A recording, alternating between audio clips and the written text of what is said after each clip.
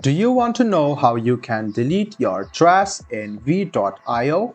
If yes, then this video is for you. Hello and welcome to Tech AI. It's your host back again with yet another interesting tutorial video. In this video, I'm going to teach you how you can delete your trash in v.io. Go ahead and open v.io on your PC, log into your account, and you can see Team Trash on the left-hand side of your screen.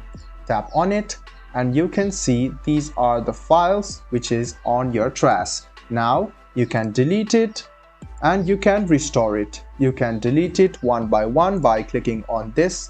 So go ahead and click delete, click confirm, and then the video will be deleted permanently. Now to delete it all at once, go ahead and click delete all, which is over here.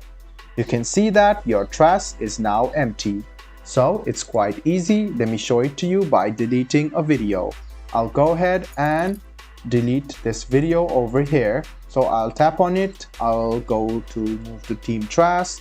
I'll delete this as well. So I will move it to Team Trash. And as you open Team Trash, you can see two videos are here. You can click on restore video to restore the video, but to empty the trash, you can do it one by one from here, or to delete all at once, go ahead and click delete all, and you can notice that your trash has now been emptied.